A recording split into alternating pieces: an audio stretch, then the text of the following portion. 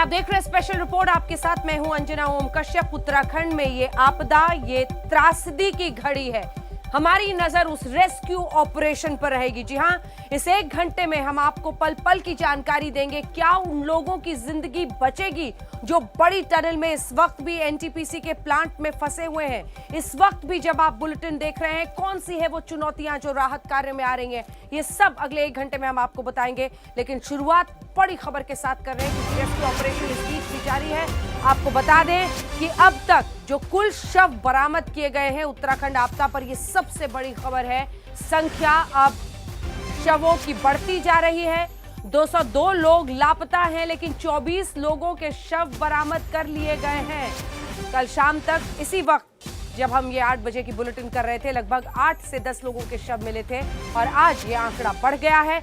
Tunnel में 27 लोगों के फंसे होने की आशंका है, लेकिन क्या उन तक पहुंचेंगे? किसी अच्छी खबर की उम्मीद है क्योंकि बीते दिन जो छोटी टनल है उससे 16 लोगों को सुरक्षित निकाला गया था, लेकिन आज ये बड़ी टनल सबसे बड़ी चुनौती बनी हुई है। सबकी नजर है क्या यहां पर जिंदगियां बच पाएंगी? वो केंद्र जहां तबाही से मचा त्राहिमाम। मैं उस केंद्र पर हूं जहां तबाही का तांडव शुरू हुआ। एक झटके में सब कुछ बदल गया और अब यहाँ के हालात कैसे हैं, हर तस्वीर मैं दिखाऊं। वो सुरंग जहां चल रहा है रेस्क्यू ऑपरेशन। ये युद्ध है जान बचाने के लिए, ये जंग है समय के विरुद्ध, क्योंकि एक एक पल यहाँ जिंदगी और मौत के बीच जंग चल रही है। और इस समय चाहे सेना हो, एनडीआरएफ हो, आईटीबीपी हो, सभी सुरक्षाकर्मी लगे हुए हैं इस सुरंग में। अगर लोग फंसे हुए हैं, उन्हें कैसे जीवित बचाया जा सके। जुड़िए मेरे साथ, पल पल की जानकारी सिर्फ आज। वो देवभूमि जहां जान बचाने उतरे देवदूत। कुदरत वाली तबाही के जख्मों पर मरहम लगाने के लिए देवभूमि पर उतरे देवदूत। SDRF, NDRF, Indian army, air force और लोकल पुलिस कैसे रणनीति बनाकर जिंदगी बचा रहे हैं, मैं आपको बताऊंगा। 34 घंटे पूरे, कितनी जान बची, कितनी गई। पहाड़ों पर दबे पांव, मौत की टिक टिक। हमने सोचा कि क्यों ना पहाड़ों के पास ही चला जाए, जो पहाड़ सदियों से जिंदगी का तमाशा देख रहे, जो इस काल चक्र के सबसे बूढ़े गवाह हैं। हमारा अंदाजा सही निकला। थोड़ी सी खामोशी के बाद पहाड़ों ने अपने जख्मों के बारे में बताना शुरू कर। पहाड़ पर प्रलय को हराने वालों की गाथा। उस एक पल में ऐसा लगा था मानो बचने का कोई चांस नहीं, लेकिन मौत को मात देकर जिंदगी को गले लगाने की हैरत अंगेज कहानी के बारे में मैं आपको बताऊंगी। आपदा की सबसे बड़ी घड़ी आज तक की टीम चप्पे चप्पे पर जिंदगी को गले लगाने की हैरत अंगेज हर तस्वीर मैं यहाँ दिखाऊंगा। जिंदगी और मौत के बीच कैसे जंग बनाकर जिंदगी बचा रहे इस हैं। काल चक्र के सबसे हमारे ये तमाम सहयोगी हर जगह पर डटे हुए हैं। हर पल की खबर, हर तस्वीर आप तक पहुंचा रहे हैं। चमोली की ये तस्वीरें आप देखेंगे आज दिन की तो दंग रह जाएंगे। लेकिन अब पूरा देश ये जानना चाहता है कि जो लगभग 25 से 30 लोग फंसे हुए हैं बड़ी टनल में, क्या उनसे राहत टीम संपर्क कर पाएगा? क्या उनकी जिंदगियां बचेंगी? कब तक? देखिए इस रिपोर्ट में। टनल में फंसी 37 जिंदगी का क्या होगा? एक तरफ जिंदगी और दूसरी तरफ मौत।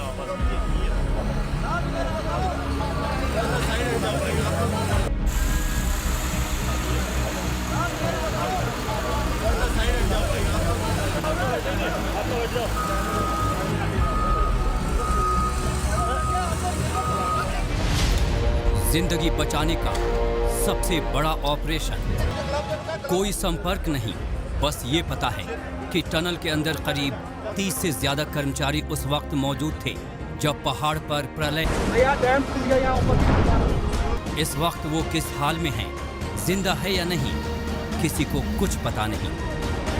हाँ, जिंदगी बचाने के लिए सबसे बड़ा रेस्क्यू ऑपरेशन चल रहा है। तबाही का मंजर कैसा था आप इन तस्वीरों से समझ सकते हैं।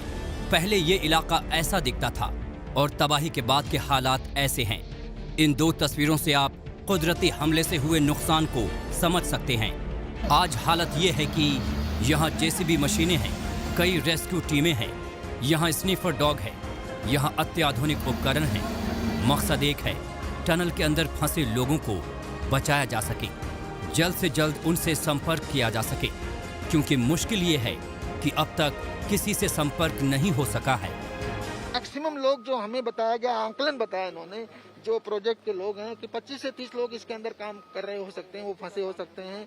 और ये लंबी टनल है, घुमावदार टनल है, और ये 2-3 लेयर में है, सारी एक सीधी टनल नहीं है, क्योंकि नीचे का लेयर भी है इसमें।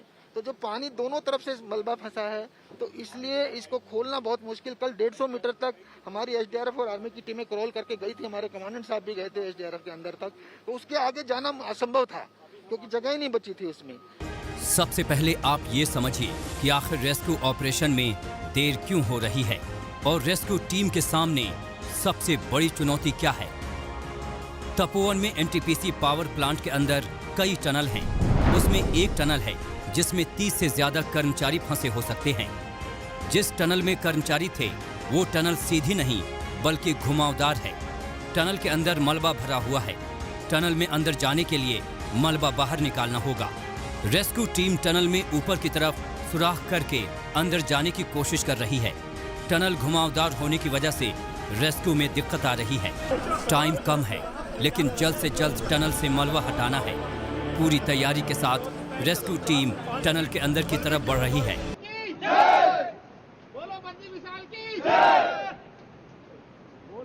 और बोलो बद्री विशाल की जय के जयकारे के साथ एनडीआरएफ और भारतीय सेना का एक दस्ता इस समय अब इस सुरंग के अंदर घुस रहा है। प्रयास यही कि लोगों की जान बचाई जा सके। देखिए, ये नेशनल डिजास्टर रिस्पांस टीम और इंडियन आर्मी और एनडीआरएफ की टीम अब अंदर घुस रही है इस सुरंग के। इनका प्रयास यही है कि जान बचाई जा सके लोगों की। मेरे साथ है कर्नल हेमंत कुमार, ग्रेनेडियर्स के कमांडिंग ऑफिसर हैं। सर, ये जो टीम अंदर जा रही है, इनका टास्क क्या है? इनका टास्क है अभी प्राइमरी रेकी करना कि हम कहां तक पहुंचे और ये देखना कि आगे हम जो है किस तरीके से आगे बढ़ेंगे, और ये थोड़ा सा जो है क्रिटिकल काम है भी। और डॉग स्क्वाड भी अंदर जा रहा है। तो देखिए, ये जॉइंट टुकड़ी है, इसमें भारतीय सेना है, एसडीआरएफ है, आईटीबीपी, और वो देखिए आईटीबीपी का डॉग स्क्वाड भी अंदर जा रहा है, क्योंकि उम्मीद यही कि जहां भी एक भी आस हो तो जीवन बचाया जा सके। पहली टीम अंदर जा चुकी है और 180 मीटर पर दूसरी टीम अब अंदर जाने का प्रयास करेगी, लेकिन इससे आगे हमें जाने की अनुमति नहीं है। रेस्क्यू टीम को उम्मीद है कि टनल में फंसे लोग सही सलामत होंगे, जैसे तपोवन की दूसरी टनल से लोगों को जिंदा निकाला गया था।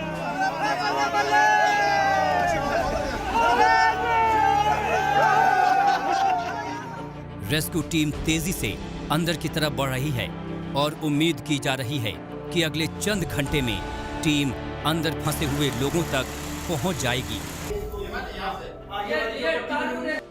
तैयारी पूरी है। यहां तक कि टनल के पास इमरजेंसी हॉस्पिटल तैयार किया जा चुका है। ये है सेना की पूरी टीम यहाँ पर तैनात है। जैसे ही कोई खुशखबरी उस सुरंग से निकल कर आती है, जैसे ही किसी को बचा लिया जाता है, तो उनको सबसे पहले यहीं लाया जाएगा। यहाँ पर 6 इमरजेंसी बिस्तर हैं, उनको इमरजेंसी ट्रीटमेंट दिया जाएगा और यहाँ से एम्बुलेंसेज यहाँ बिल्कुल खड़ी हैं और वो एम्बुलेंसेज उन पेशेंट्स को लेकर, उन लोगों को लेकर फिर बड़े अस्पताल जा सकती हैं। कैमरामैन कृपाल सिंह के साथ गौरव सावंत, तपोवन आज तक। आपको ये अंदाजा लग रहा होगा कितनी मुश्किल घड़ी है और ये राहत कार्य कितना इंपॉर्टेंट है अगर उन लोगों की जिंदगी बचानी है।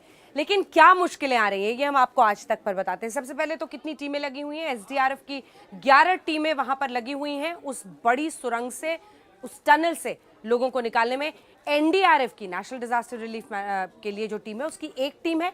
आईटीबीपी की कई टीमें, ये फर्स्ट रिस्पॉन्डर्स में होते हैं, हर ऐसी जगह पर ये जाते हैं और वहां पर वो अपना काम करें। आर्मी का जो गढ़वाल स्काउट जो रेजिमेंट है वो वहां पर लगे हुए हैं। इंडियन एयरफोर्स के भी लोग वहां पर जुटे हुए हैं। टनल से अगर कुछ लोगों की तबीयत ज़्यादा खराब हो, क्या उनको व्यवस्था दी जाए उसके बाद। अब हम ज़रा चुनौतियां आपको बताते हैं, क्योंकि टनल का घुमावदार होना, एक उसमें बेंट है और उस बेंड होने की वजह से जो उसमें है उसकी वजह से दिक्कतें आ रही हैं। यानी जो घुमावदार है टनल में ऑक्सीजन की कमी ऐसी जगहों पर। और आप सोचिए, जब मिट्टी और मलबा दोनों तरफ से पहले भर गया था, फिर कैसे वहां पर ऑक्सीजन की कमी हो गई होगी उस पूरी टनल में। टनल में मलबे का भरा होना वो भी अपने आप में एक चुनौती है। एक तो ऑक्सीजन के लेवल्स को भी कम करता है, दूसरा कैसे उसको परफोरेट करके आगे बढ़े। 2 डिग्री तापमान में राहत कार्य आपको करना है, ठंड भी जबरदस्त है और वहां पर आपको करना है। अब आइए आपको जो विकल्प हैं वो बता देते हैं कि विकल्प क्या क्या है, क्योंकि जो रणनीति है अभी रेस्क्यू ऑपरेशन में वो 1.8 किलोमीटर लंबी ये टनल है। तो आपको इसके अंत तक जाकर देखना और समझना है कितने लोग फंसे हैं, कैसे निकालना है। 1300 मीटर तक बन चुकी है ये टनल और आगे का इसका कंस्ट्रक्शन होना था। मुहाने पर 200 मीटर तक मलबा था, दोनों ही सिरों पर था, एक सिरे से कम करके फिर आगे बढ़े हैं। और जैसा कि आपने सुना रेकी करने के लिए आगे बढ़ रहे हैं कि कहां तक जाया जा सकता है। टनल की ऊंचाई करीब 12 फीट है, तो ऊंचाई ज्यादा है। जो पिछली सुरंग थी उसके बनिस्बत वो छोटी थी। टनल के अंदर कई छोटे छोटे रास्ते हैं, ये एक स्ट्रैटेजी हो सकती है वहां से कहीं जाने की। टनल के मैप के हिसाब से ऑपरेशन को अंजाम दिया जाएगा। तो ये तमाम बातें आपने इसमें सुन ली हैं और कैसे ये पूरी रणनीति बनाई गई है, कैसे बचाने के लिए इस टनल में लोग पहुंच रहे हैं, इस सब की जानकारी दी है विवेक पांडे आईटीबीपी के पीआरओ ने। सुनिए। टनल का जो नक्शा है उसके जरिए आपके जो ऑफिसर्स हैं वहाँ पर मौजूद हैं, पूरी टीम जो रेस्क्यू है वो अंदर जा रही है। किस तरीके से पहुँचा जा रहा है, क्योंकि जो दूसरी टनल तपोवन में है वहाँ पर ज़्यादा लोगों की फंसे होने की आशंका बताई जा रही। तो क्या टेक्निक आप लोग इस्तेमाल कर रहे हैं, कैसे पहुँच रहे हैं? देखिए, टोटल जो मलबा है, जो असेसमेंट है हमारा, लगभग 200 मीटर मलबा है मुहाने पे। ये जो टनल है, आपको पता होगा बड़े कॉम्प्लिकेटेड डिज़ाइंस होते हैं जो पहाड़ों में जो टनल्स होते हैं, और ये कई पर्पस से बनाए जाते हैं। टरबाइन को मेंटेनेंस करने के लिहाज से, कई बार ऑक्सीजनेटेड चैम्बर्स के हिसाब से, और कई बार जो वाटर होता है, वेस्ट वाटर, उसको बाहर निकालने के हिसाब से। लगभग 12 फीट इसकी ऊंचाई है और इस टनल के अंदर कई सारे सबवेज बने हुए हैं, अंदर ही छोटे छोटे, जो अंदर ख़त्म होते हैं, मतलब अंदर की ही तरफ। जो वहाँ के जो अथॉरिटीज़ हैं वो हमको ये बता रही हैं कि अगर पानी बहुत अंदर नहीं घुसा होगा और ये लेबर पीछे की तरफ चले गए होंगे टनल में, जो कि लगभग 1300 मीटर तक का इलाका इसका बन चुका है टनल का, तो निश्चित रूप से वहाँ चांसेस हैं कि उन लोगों को वहाँ से बाहर निकाला जा सकेगा। जो टनल का लेआउट है, जो उसका प्लान है, वो पूरी तरह से हमको समझा दिया गया है। हमारे ऑफिसर्स ने उस पर पूरी ब्रीफिंग ली है और जैसे ही मलबा हटेगा, हमने प्लैंक्स का भी अरेंजमेंट किया है, जो वुडन प्लैंक्स हैं। हमारे जो आईटीबीपी के हिमवीर्स हैं वो प्लैंक्स को लगाते हुए आगे को जाएंगे, बिकॉज स्लश इतना ज़्यादा है कि हो सकता है वो कमर से नीचे तक अंदर चले जाएं अगर वो ऐसे जाएंगे तो चौड़े चौड़े जो प्लैंक्स होते हैं वुडन, उसका हमने काफ़ी अरेंजमेंट किया है सैकड़ों की तादाद में। हम उसको अंदर लगाते जाएंगे और अंदर घुसते जाएंगे। जैसे ही हम अंदर जाएंगे, जाने के बाद जहाँ तक भी हमको लगेगा कि हमारे पास लाइट्स हैं, हमारे पास ऑक्सीजन सिलेंडर्स हैं, हमारे पास मेडिकल टीम्स हैं, हम पूरी टनल का मुआयना करेंगे, उसकी रेकी करेंगे। हो सकता है हमको वो लोग जीवित मिल जाए, जैसा हमें आशा है, उनको हम तुरंत निकाल लाएंगे। मुझे लगता है अगर जैसे ही वो रास्ता थ्रू होता है, 1 से 1.5 घंटा लगेगा पूरे टनल को हमको देखने में या उसको रेकी करने में। यदि कोई क्रिटिकल कंडीशन में मिलेगा तो हम उसके लिए भी तैयार हैं। सारी टीम स्टैंड बाई हैं, जरूरत पड़ी तो लोगों को निकाल के हम बेटर मेडिकल फैसिलिटी के लिए भी पीछे लेके जा सकते हैं। हमारे सीनियर ऑफिसर्स ग्राउंड पे हैं जो लगातार ऑपरेशन को मॉनिटर कर रहे हैं। हमारी सिस्टर ऑर्गेनाइजेशंस हैं, डॉग स्क्वाड है, एक्सकेवेटर्स हैं। मैन पावर की कोई दिक्कत नहीं है। वहाँ पर 300 जवान तो सिर्फ आईटीबीपी के हैं जो कि वहाँ पर मुस्तैद हैं अभी, और वो इंतज़ार कर रहे हैं कि कैसे गो अहेड हो और वो अंदर जाएं। तो राहत कार्य रेस्क्यू ऑपरेशंस की रणनीति आपने आईटीबीपी के पीआरओ से सुनी, लेकिन राहत कार्य पर हमारे तमाम सहयोगियों की नजर है जो अलग अलग जगहों पर मौजूद है। ऐसी ही कुछ रिपोर्ट्स आपको दिखाते हैं, क्योंकि हमारे सहयोगी मंजीत नेगी ने जो तबाही है उसका अनदेखा मंजर अपने कैमरे में कैद किया है। चमोली में जो कुछ हुआ है, इस एरियल व्यू के जरिए जब आप देखेंगे तो आप समझ पाएंगे कि तबाही कितने बड़े पैमाने पर हुई है। एनटीपीसी का जो बड़ा पावर प्रोजेक्ट जहां पर बिजली बन रही थी, पूरी तरह से बर्बाद हो गया है और उसका सिर्फ मलबा यहां पर नजर आ रहा है। उससे समझा जा सकता है कितना भयानक ये प्रवाह था, ये वेग था ग्लेशियर फटने का। और अभी भी यहाँ पर जो टनल है वहां पर 35 से ज्यादा लोग फंसे हुए हैं जिनको डैम टूट गया यहाँ ऊपर नीचे वाला। देवभूमि में तबाही का मंजर आपने देखा। सुरंग में लोग फंसे हुए हैं तो कई ऐसे इलाके हैं जो पूरी तरह कट चुके हैं। आखिर तबाही की तस्वीरें कितनी भयानक हैं, आज तक संवाददाता मंजीत नेगी आपको एरियल व्यू के जरिए दिखा रहे हैं। गंगा में आ रही भारी तबाही की वजह से जो रेणी गांव का पुल है, जो चीन सरहद से लगने वाले 13 गांव को जोड़ता है, वो पूरी तरह से बह गया है। और ऐसे में यहाँ पर उन गांवों को संपर्क कट गया है। राहत सामग्री पहुंचाई जा रही है जिससे उन लोगों तक पहुंचा जा सके। और दूसरी तरफ तपोवन में जो लोग अभी फंसे हुए हैं, 30 से ज्यादा लोग, उनको भी निकालने की कोशिश हो रही है। रेस्क्यू ऑपरेशन सिर्फ लोगों को बचाने तक सीमित नहीं है, क्योंकि जल प्रलय के चलते कई इलाके पूरी तरह से कट चुके हैं। तपोवन में राहत और बचाव का काम पूरे जोर शोर पर है।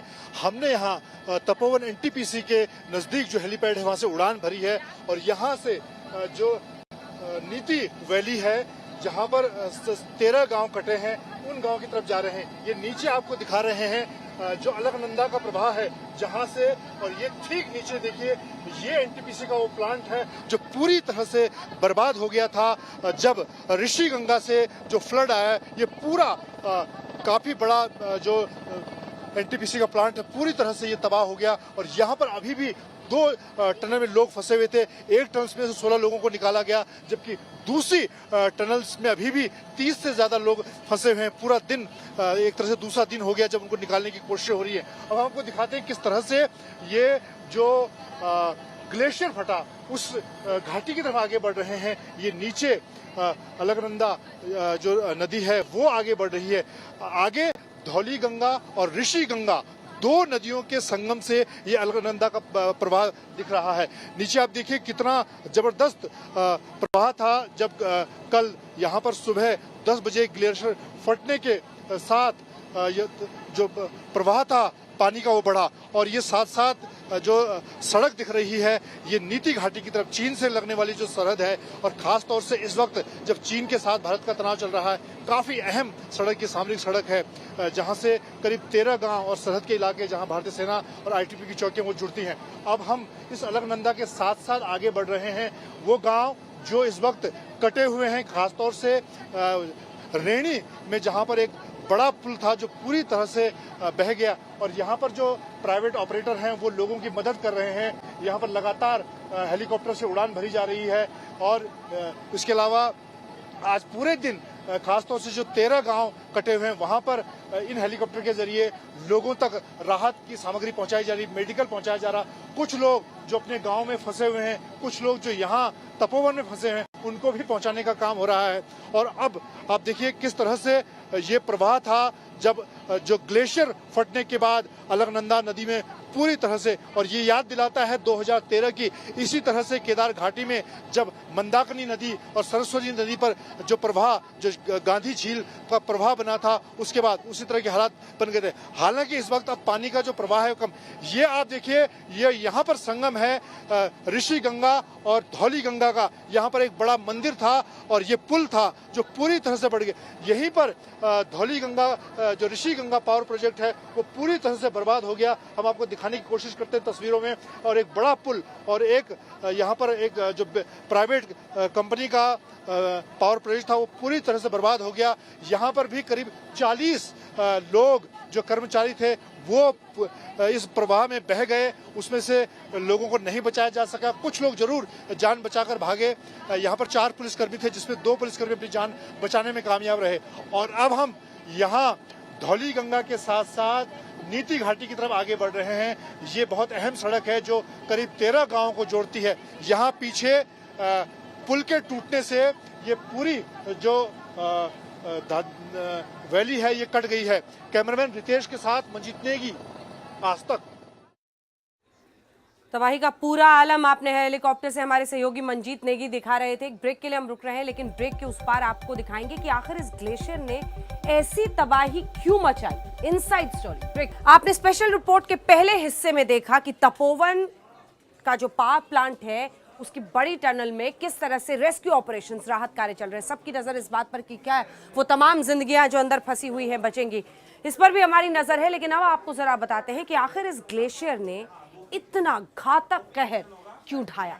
कई लोग ये सवाल उठा रहे हैं कि क्या जब इस तरह से ये हिमस्खलन हुआ और सब कुछ तबाही मच रही थी, एनटीपीसी का सायरन आखिर क्यों नहीं बजा। ये भी कि अगर बैराज के दरवाजे खुले होते तो क्या इतनी बड़ी आपदा, इतना विशाल तरीके से जो नुकसान हुआ है वो कम रहता।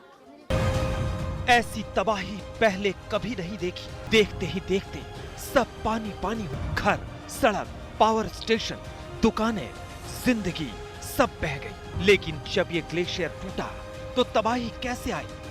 तबाही के ग्लेशियर ने कहर कहां-कहां बरपाया, कहां-कहां कितने लोग मौत के मलबे में दफन हो गए और तबाही की साइट पर कैसे रेस्क्यू ऑपरेशन चल रहा है। आज तक के रिपोर्टर ऑपरेशन जिंदगी के गवाह बन रहे हैं और सबसे बड़े रेस्क्यू ऑपरेशन की एक-एक तस्वीर कैमरे में कैद कर रहे हैं। आज तक इस आपदा का दर्द समझ रहा है, महसूस कर रहा है। हिम्मत और जज्बे के साथ आपदा की एक-एक साइट पर खड़ा है। उत्तराखंड में चमोली के रैणी गांव के ठीक ऊपर एक ग्लेशियर टूटता है तो जो तबाही सबसे पहले देखी वो रैणी गांव के लोगों ने ही देखी। रैणी के नजदीक ऋषि गंगा और धौली गंगा में जब सैलाब आया तो लोगों को तिनके की तरह बहा ले गया। आज तक की रिपोर्टर मीनाक्षी कंडवाल धौली गंगा वाली साइट पर तबाही के निशान देख रही हैं। यकीन मानिए ये ग्राउंड रिपोर्ट रोंगटे खड़े कर देगी। यही वो इलाका है धौली गंगा का जहां पर कल सैलाब आया और ये दरअसल हादसे की दूसरी साइट है जो इस वक्त आप देख रहे हैं। अभी आप आज पानी की स्थिति देखिए, हालांकि अभी कल के मुकाबले स्थिति बहुत बेहतर है और सबसे अच्छी बात यह है कि मौसम खुला हुआ है, मौसम साफ है।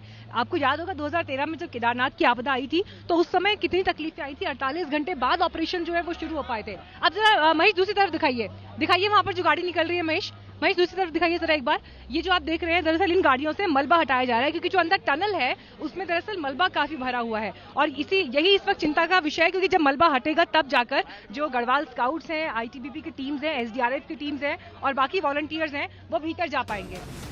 अब तक करीब 20 लोगों की मौत हो चुकी है और 200 से ज्यादा लोग लापता हैं। अब आपको ये समझाते हैं कि आखिर इतनी बड़ी तबाही क्यों मची। चश्मदीद खुद तबाही वाली साइट की पूरी ज्योग्राफी समझा रहे हैं। ऊपर से सैलाब आया और सैलाब सीधा बैराज से टकराया। यहाँ एक तरफ एनटीपीसी की दीवार है, दूसरी तरफ एनटीपीसी की 2 सुरंग है। जिस वक्त सैलाब आया बैराज के 3 गेट बंद थे, सिर्फ एक खुला था जिससे सैलाब काफी देर तक रुका रहा और दूसरी तरफ टर्न कर गया और सुरंग में भी मलबा घुस गया। बड़ी बात यह कि एनटीपीसी में कोई सायरन भी नहीं था जिससे लोग सुनकर भाग पाते। चमोली उत्तराखंड की टूरिज्म बेल्ट का एक अहम हिस्सा है। यहाँ पर बड़ी तादाद में लोग पहुँचते हैं, आते हैं यहाँ की खूबसूरती के लिए, आध्यात्मिक यात्रा के लिए, देवी देवताओं के दर्शन के लिए। लेकिन इन सब के बीच जैसे ही 7 फरवरी को माफ़ कीजिए खबर आई कि यहाँ पर आपदा आई है, लोगों को एकदम से याद आया केदारनाथ में 2013 में हुआ हादसा। लेकिन आप अगर यहाँ पर परिस्थिति देखिए, जो पानी आपको यहाँ पर ये बहता हुआ दिखाई दे रहा है इसका लेवल इस वक्त बहुत कम है। लेकिन कल ऐसा नहीं था। कल क्या परिस्थिति रही होगी इसका अंदाज़ा आप वहाँ चट्टानों पर पानी के निशान से लगाइए तो आपको अंदाज़ा लगेगा।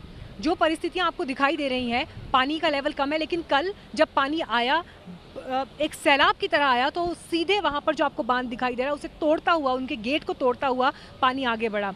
ये एक ऐसी तस्वीर थी क्योंकि सवेरे के समय यह हादसा हुआ तो कई ऐसे लोग थे जिन्होंने इसे अपनी आंखों से देखा, मोबाइल में कैप्चर करने की भी कोशिश की। ऊपर से जब बाढ़ आई थी तो काफ़ी पानी बिखर रहा था, एक सैलाब पूरा एक साथ पानी आया। हमारा कोई भांजा भी यहाँ पे जॉब करता था, हमने उसे फ़ोन किया कि भाग जा, तो इतना बोलते बोलते वो भागते भागते कोशिश की लेकिन नहीं भाग पाया। काफ़ी इधर से कंपनी की दीवारें लगी हुई है, इधर सुरंग है, रास्ता एक ही था उधर की तरफ।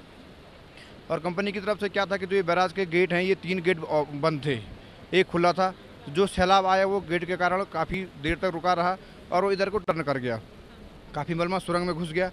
कंपनी की तरफ से कोई इमरजेंसी सायरन भी नहीं था कि जो लोग भाग पाते। अब इलाके के लोग एनटीपीसी पर अपनों की मौत का ठीकरा फोड़ रहे हैं, साथ ही प्रशासन को भी कोस रहे हैं और कह रहे हैं कि संडे के दिन भी क्यों काम करवाया जा रहा था। अगर छुट्टी होती तो इतना भयंकर हादसा शायद ना होता। कौन है भीतर जो अभी? छोटा भाई है। अच्छा, आप लोग एक ही परिवार से हैं? मैम आप भी आगे आइए। आपका नाम क्या है? दीपा चौहान। आपको कब पता चला सबसे पहले कि इस तरह की? 10 बजे पता चल गया था तो हम आए थे यहाँ पे, तो इन लोगों ने तो कुछ किया ही नहीं। 3:30 बजे के बाद इन्होंने कार्य किया था यहाँ पे, जब लोगों ने इधर उधर से हल्ला स्टार्ट किया। हमारे प्रशासन तो सोए हैं, हमारे प्रशासन तो एक दूसरे की फोटो लेने में बिजी हैं, वो तो कुछ कर ही नहीं रहा। अभी इन लोगों को बोलो ना आपने संडे को कार्य क्यों करवाया। इन लोगों की किसी भी वर्करों की 3 महीने से सैलरी नहीं आई। जितना हाथ इसमें, सबसे बड़ा हाथ इसमें एनटीपीसी का है। एनटीपीसी ने संडे को वर्क क्यों कराया? 4-5 महीने से पेमेंट नहीं दे रही है, उसके बावजूद भी एनटीपीसी की एक मशीन नहीं है, सिविल की मशीन आई है। एनटीपीसी की पूरा हाथ इसमें एनटीपीसी का है। एडीएम डीएम कब आए? जब मुख्यमंत्री साहब आए उसके बाद आए। ग्लेशियर ने जिस तरह से कहर बरपाया, टनल में फंसे लोगों के परिजन तो कह रहे हैं कि उन्हें उम्मीद ही नहीं है कि कोई बचा होगा। सरकार से भी और कंपनी से भी चाहते हैं कि जितना जल्दी हो सके सभी के बच्चों की जान बचाई जाए। अगर कोई बचता है तो भाग्यवश, वैसे मुझे इस टनल को देख के लगता नहीं है कि कोई बच्चा अंदर जीवित होगा, वो तो परमात्मा ही। हालांकि बचाव कार्य बहुत तेजी से चल रहा है। खुद केंद्रीय मानव संसाधन मंत्री रमेश पोखरियाल निशंक ने तबाही की साइट का दौरा किया, क्योंकि निशंक उत्तराखंड के सीएम रह चुके हैं। उन्होंने बताया कि एक टनल में रेस्क्यू ऑपरेशन पूरा हो चुका है, जबकि 3 किलोमीटर लंबी दूसरी सुरंग में 20 मीटर तक देवदूत पहुंच चुके हैं। आप देख रहे हैं कि क्या परिस्थितियां हैं सारा का सारा, और जिस तरीके से पूरा मलबा अंदर गया है, तो हमारे जवानों के लिए सामने काफ़ी चुनौती भी है। लेकिन जिस तरीके से आईटीबीपी ने और हमारी सेना के लोगों ने, हमारे फोर्स के लोगों ने काम किया है और लोगों को पहले टनल से जिंदा बचा करके बाहर लाए हैं। ये जो दूसरी टनल है जिसमें अभी जो लगभग 3 किलोमीटर लंबी है और टी पॉइंट पर 180 मीटर दूसरी तरफ है, लगभग 80 मीटर तक पहुंच गए हैं हमारे लोग। कमांडो भी आ गए हैं, एनडीआरएफ वाले भी आ गए हैं। अभी आईटीबीपी के जो यहाँ पर आईजी हैं, एडीजी हैं। रविवार को ग्लेशियर टूटने के कारण ऋषिगंगा पावर प्रोजेक्ट और तपोवन विष्णुगढ़ जल विद्युत परियोजना ध्वस्त हो गई। ऋषिगंगा नदी और धौलीगंगा नदी के उफान में इन दोनों प्रोजेक्ट में काम करने वाले काफी मजदूर लापता हैं, जिनकी तलाश में एसडीआरएफ की 11 टीम जुटी है। 2 team Raini, 4 team Tapovan, 2 team Joshimath और 3 टीम श्रीनगर में तलाशी अभियान चला रही है। मीनाक्षी खंडवाल के साथ शम्स ताहिर खान, चमोली, आज तक। आज तक के हमारे सहयोगी उस जगह पर पहुंचे, उस जगह पर जहां पर इस आपदा की चमोली में शुरुआत हुई थी, उस जगह पर जहां ये ग्लेशियर गिरा था। रैणी गांव पहुंचे हमारे सहयोगी आशुतोष मिश्रा। कैसे 2 हिस्से हो गए गांव के, कैसे मची ये तबाही, देखिए। आज तक ठीक उसी जगह पर पहुंच गया जहां ग्लेशियर टूटकर गिरा था। एवलांच ने चमोली में ऐसी तबाही मचाई कि मानो क्या आपदा आ गई हो। लोगों के रोंगटे ऐसे खड़े हुए कि 2013 का वो मंजर याद आ गया है। लेकिन तपोवन की तस्वीरों के बाद हम आपको रैनी गांव लेकर के आए हैं, और ये गांव इसलिए महत्वपूर्ण है क्योंकि ये वही गांव है जहां सबसे पहले एवलांच, जो आप बर्फीली पहाड़ियां देख रहे हैं, चोटियां देख रहे हैं, वहीं से बर्फ का टुकड़ा जो ग्लेशियर था वो टूटा, और वो टूट करके सीधे नीचे आता है और इस छोटी सी खाई को दरअसल एक विशालकाय नदी में तब्दील कर दिया। मलबा इतना ज्यादा, पानी का स्तर इतना ज्यादा कि आप ये समझिए कि लगभग 12 से 15 फीट से कहीं ज्यादा मलबा उठा। यहां तक कि मेरे पीछे एक इमारत थी, अब ये पूरा इलाका समतल हो चुका है। यहां सिर्फ और सिर्फ मलबा है। दूसरी तरफ आप देखें, ये जो ब्रिज आप देख पा रहे हैं, ये ब्रिज की कनेक्टिविटी जो इसको दूसरे गांव से आगे की तरफ जोड़ती थी, वो ब्रिज टूट गया है। साथ में यहाँ कुछ घर थे, वो बह गए हैं। जब ग्लेशियर टूटा और सैलाब आया तो उत्तराखंड के रेणी गांव के भी जैसे 2 भाड़ हो गए। जी हां, अब उत्तराखंड के चमोली का रेणी गांव 2 हिस्सों में बंट चुका है। जब सैलाब आया तो उसने सबसे पहले रैनी गांव को 2 टुकड़ों में बांट दिया।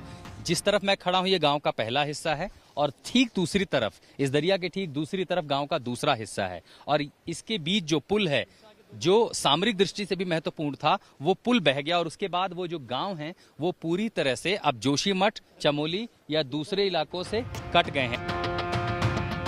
रेणी गांव में तबाही की साइट पर अब सब कुछ तहस नहस हो चुका है। यहां एक हाइड्रो पावर प्रोजेक्ट की इमारत थी जो अब पूरी तरह से दफन हो चुकी है। आज तक ने जब चश्मदीदों से इस बारे में पूछा तो होश फाख्ता हो गए। आवाज हुआ साहब, उसका बहुत भयंकर आवाज हुआ, पेड़ भी टूटा, और कंपनी में यहाँ पर बहुत आदमी थे, 30-40 आदमी थे यहाँ कंपनी में। कितने लोगों को आप निकाल पाए उस समय? वो तो भाग गया साहब, इधर से यहाँ निकल गए जो बच गए, और औरों को पता नहीं चला साहब। ये नहीं पता चला कि बाकी लोग कहाँ हैं? हाँ, कहाँ है, जो जिसने देखा होगा बाढ़ आते समय, वो तो यहाँ बच गया, इधर आ गया खेत में। रेणी गांव के लोगों में दहशत अब भी जिंदा है। कुछ लोग गांव छोड़कर सुरक्षित ठिकानों की तरफ पलायन कर रहे हैं। नीचे खेत में थे, उसके बाद हमने थोड़ा अपना खेत का काम करा, फिर 8-9 खेत था कहाँ पे? रोड के नीचे, पुल के नीचे, जो पुल बह गया है। हाँ, उसके नीचे थे। फिर आवाज जैसा है, मैं इधर आए भाग के, मैंने कहा ये आवाज कहाँ से आ रहा, तब ऐसे ऊपर देखा, तब तक बहुत आ गई था। मैंने कहा मेरा लड़का है एक वहाँ पर कोने पर, मैं उसको भगाना है, मैंने कहा वहाँ टूट गया। फिर ये ऊपर भागा, इसके आगे से एक बहुत बड़ा गाड़ी आया उन कंपनी वालों का, ये भागा ऊपर का। मैंने सास को कहा इधर आ, वहाँ रास्ता ही नहीं था सास को, तब तक सारा ऊपर से मलमा आया, मैंने देखा ही नहीं, पता नहीं कहाँ। फिर मेरे को मलमा ने ऊपर धक्का मारा, मैं कोने आया, खाली ऐसा कर। आपको भी चोट लगी? चोट नहीं लगे, पर मैं खाली ऐसे पत्थर आए मेरे ऊपर से, पर मैं खाली जबरदस्त भाग के यहाँ तक आई। गांव के कुछ लोगों ने इस तबाही में अपना सब कुछ खो दिया है। आज गांव वालों को वो बातें याद आ रही हैं जब वो पावर प्रोजेक्ट का विरोध कर रहे थे और अदालत का दरवाजा भी खटखटाया था। आशुतोष मिश्रा, चमोली, आज तक। एनटीपीसी के इस पावर प्लांट में 2 ऐसी सुरंगें, एक टनल तो आप देख रहे हैं जिसमें अभी भी राहत कार्य करके किसी तरह से लोगों की जिंदगियां बचाने की कोशिश हो रही है, लेकिन बीते दिन की तस्वीरें अब आपको दिखाते हैं जब छोटी सुरंग से 12 लोगों को सुरक्षित निकाल लिया हमारे, जिन्हें हम देवदूत कह रहे हैं। जी हाँ, आईटीबीपी के जवानों की ये तस्वीर, हौसला उनका वाकई सैल्यूट करने वाला है। ग्लेशियर तबाही बनकर गिरा और मौत की कभी ना भूलने वाली दहशत छोड़ गया। लेकिन ग्लेशियर के कहर से लड़ने के लिए और मौत के मुंह से लोगों को बचाने के लिए देवभूमि में देवदूत भी आ गए। आईटीबीपी की एक और कंपनी को यहाँ बुलाया गया है और आप देख सकते हैं कि पूरे तरीके से लैस होकर यहाँ पर आए हैं। फ्लड लाइट है जिससे ये पता लग सके कि आखिरकार अंदर कौन लोग हैं और किस तरीके से उनको निकाला जाए ताकि रोशनी के माध्यम से उनको ज़्यादा से ज़्यादा तरीके से देखा जा सके।